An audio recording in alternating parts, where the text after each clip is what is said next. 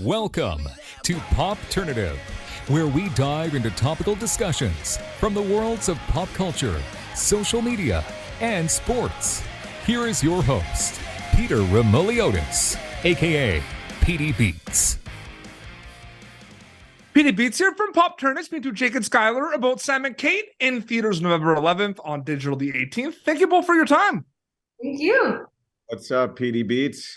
Not much. Jake, the thing in this movie that I find very interesting is I feel like it just becomes a lot more relatable because, during the pandemic, we've been doing a lot of self-reflection, soul-searching. A lot of these characters are doing a lot of that, figuring things out, doing a lot of soul-searching, asking a lot of these questions, finding themselves, and it becomes more relatable. Do you think about that at all when you're reading the script, knowing that kind of we dealt with a lot of self-reflection in the pandemic at all? I'm curious about that.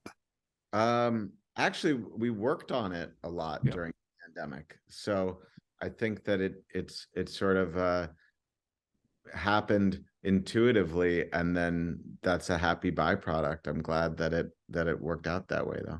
No, absolutely. Schuyler, you have worked on a lot of projects. I'm not glad the pandemic happened, just to be clear, but we're looking. No. I got I got what you said. No, I just feel like those are the movies that kind of hit, I feel like, because you see all these characters that are like lost trying to figure it out. Some of them don't even think they're lost, right? But I feel like, speaking for myself, I was like, I had the time, right? So I was thinking about a lot of things, and I'm looking at these movies where people are thinking about a lot of the next steps. So I find that interesting. No, that was well said, Jake. Schuyler, I find it interesting. You worked on a lot of projects in the past where you kind of know what you're getting yourself into in terms of the genre and the tone and everything. This one is a genre bending one. This one's got the comedy. This one has the drama, a lot of the family. Do you notice that immediately when you're reading the script for this? Yeah, I mean, I laughed and I cried. Like, I bawled my eyes out reading this script at every time. It was like, I was like, oh, I've cried twice reading it. I think I'm good on the crying. But then I'd read it again and I would happen again. So yeah, but then there was also these beautiful moments of levity, which was always jumped out at me. I just loved that release that you got after, I'm going to throw this up for both of you. Does genre bending just happen, or is it premeditated, or does it depend on the project? I think movies used to, now you're calling it genre bending like it's revelatory, but this used to be how it was, Yeah. I think that dramas used to be a lot funnier, and comedies used to have more drama in them. And that's not to say that there's not great stuff anymore, but and when you're talking about a family movie, exploring the dynamics that we're exploring, I think that there's a lot in it that is funny and sad. So we're trying to be true to that. Yeah, I mean, certainly the intention, you want to know what you're making, and that's also, but I think it's higher risk, higher reward when you're bending genres, as you put it.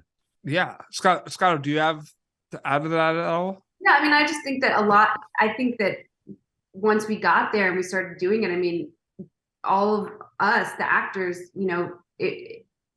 Jake brought so much to the table with Sam. I mean, there was already some stuff on the page, but it was better. I was just loving working with him for that. He just brought so much.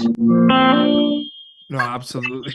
If you say so many sweet things about me, then I'm gonna have to play your song again. This is East Side, the new single by Schuyler Fisk on Spotify right now. But that was actually my next question, because both of you have worked, in the acting and also the music and everything. And, Jake, does that kind of just happen, or do you want to kind of become a well-rounded storyteller and kind of work in both kind of realms specifically? Well, I don't have any musical talent, so I'm going to defer to Schuyler on that one. But you worked in you worked in music videos and all that too. That's what I was talking about. Oh, well, I did directing. Yeah, directing, but in the music, yeah, but it's still involved with the music. So that's what I was talking about.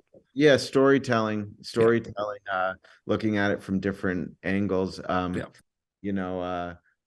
of the biggest differences when you're directing, you see it through and you have the responsibility to do so.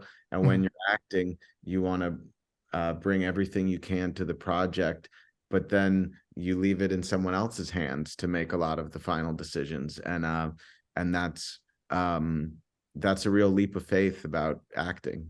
Yeah. Schuyler, which one came first, would you say? Like, were your love for music or for acting and storytelling, or did it kind of both happen at the same time? The love was just always happening simultaneously, but my professional career in acting started first, I guess. Yeah. The music was sort of an accident that it became a career path, but I'm happy about it. Oh, And absolutely. I did just put out a new record called We Could Be All Right, and I have a song that I wrote in the movie, in Sam and Kate, called Life After, that just came out as well. And it's on Spotify, Amazon, iTunes, all the places where you get music online. Got a plug. Absolutely. Sam and Kate is going to be in theaters November 11th and on digital November 18th. Jake, Schuyler, so great chatting with you. Thank you so much for your time. Thank you very much. All right, Friday, check it out in theaters, the old-fashioned way. Absolutely. Thank you for tuning in to Popternative. Make sure to check out our past episodes of Popternative on YouTube. Be sure to like Popternative on Facebook and follow us on Twitter. This has been an Autograph Communications production.